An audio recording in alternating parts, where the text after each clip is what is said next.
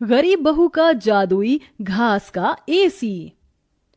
एक छोटे से गांव में सरिता अपनी बहू और अपने गरीब परिवार के साथ रह रही थी। बेटा, आज हमें ये रात को सारा काम खत्म करना होगा, कल ये सारा ऑर्डर का सामान जाएगा। माँ, मैं तो कोशिश कर ही रहा था लेकिन घास ही खत्म हो गई। अब आप ही बताओ ना, मैं क्या करूँ? हमारे पास और कोई चारा नहीं है, हमें जंगल से और घास काट कर लानी होगी। इस समय जंगल में जाने का फायदा नहीं है, कभी भी कुछ भी हो सकता है। जंगली जानवर रात के समय ही बाहर निकलते हैं। अजय बिल्कुल सही कह रहा है बहू। अरे माँ जी, हम दो लोग अगर जाएंगे तो कोई जानवर पास नहीं आएगा, और फिर इतनी जल्दी कोई जानवर हमला नहीं करता। हमें ये ऑर्डर कल देना है, आप ये भी तो सोचिए। लेकिन बहू। माँ जी, आप चिंता मत कीजिए, कुछ नहीं होगा, बस आप बच्चों के पास ही रहना और उनका ख्याल रखना। अगर ये ऑर्डर नहीं गया तो बच्चों के लिए हम गर्मी से बचने के लिए कूलर भी नहीं खरीद पाएंगे। सरिता की बहू भाविका और उसका बेटा, वो तीनों घास से पंखे कूलर बनाने का काम किया करते थे, इसलिए उन्हें घास की जरूरत पड़ती थी। वह आधी रात के समय जंगल में जाते हैं।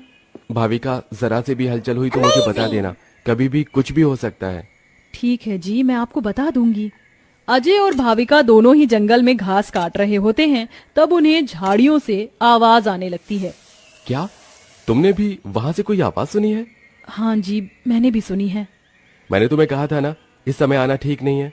चलो देखते हैं उधर क्या है। भाविका और अजय झाड़ियों के पास जैसे ही जाते हैं, उन झाड़ियों के पीछे से एक आदमखोर भेड़िया निकलता है। भाविका, भागो यहाँ से, यहाँ पर तो बहुत खतरनाक भेड़िया है। अजय और भाविका दोनों अपनी जान बचाकर भागने लगते हैं। अजय, अब हम लोग क्या करें? कहीं भेड़िए ने हमें खा लिया तो? रुकना मत, बस भागती जाओ। भागते भागते वो दोनों जंगल से किसी तरह बाहर निकल आते हैं और भेड़िया उनका पीछा छोड़ देता है। जान बची तो लाखों पाए, लौट के बुद्धू घर को आए। रास्ते में चलते हुए आधी रात के समय उन्हें गांव के एक कूड़े के ढेर के पास एसी पड़ा हुआ नजर आता है। अरे देखो जी, यहाँ पर एसी पड़ा है। अरे पता नहीं किसका होगा, चलो यहाँ से चलते हैं। मुझे लगता है किसी ने ऐसे ही डाल दिया होगा। मैं तो कहती हूँ इसे लेकर चलते हैं। भाविका अजय को एसी ले जाने के लिए मना लेती है, जिसके बाद वो दोनों उस एसी को घर ले आते हैं। तुम दोनों तो घास लेने गए थे, ये क्या लेकर आ गए हो? ये हमें रास्ते में पड़ा मिला। जब हम कूलर पंखे बना लेते हैं तो एसी भी बना सकते हैं। इस खराब एसी को छोड़ो और ये बताओ, क्या तुम घास लेकर आई हो? सरिता के ये बोलने के बाद जंगल की दुर्घटना के बारे में दोनों बताते हैं, जिसे सुनकर सरिता हैरान रह जाती है। अच्छा, इसका मतलब बहुत बड़ी मुसीबत से बचकर आए हो तुम दोनों, और साथ में ये कचरा उठाकर ले आए।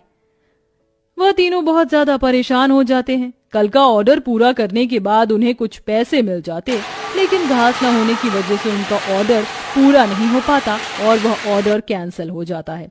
अगले दिन उनके टूटे फूटे घर के अंदर धूप की किरणें आने लगती हैं, जिससे बहुत ज्यादा गर्मी हो जाती है।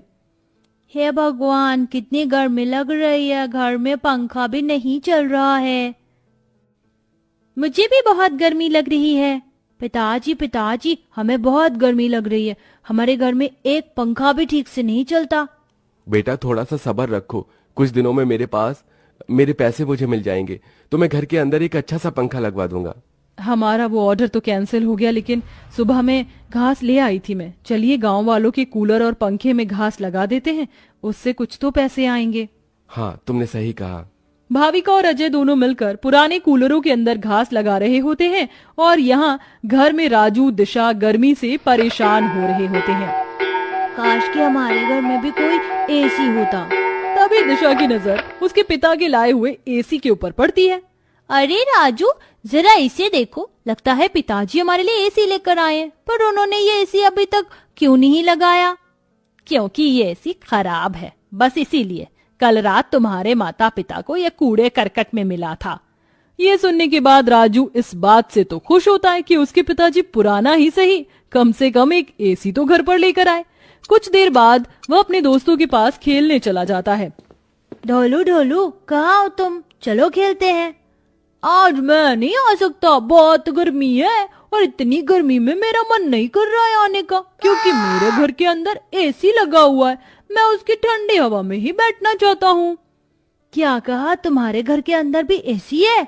हाँ, और हमारा एसी बहुत अच्छा चलता है, बहुत ठंडा कर देता है घर को।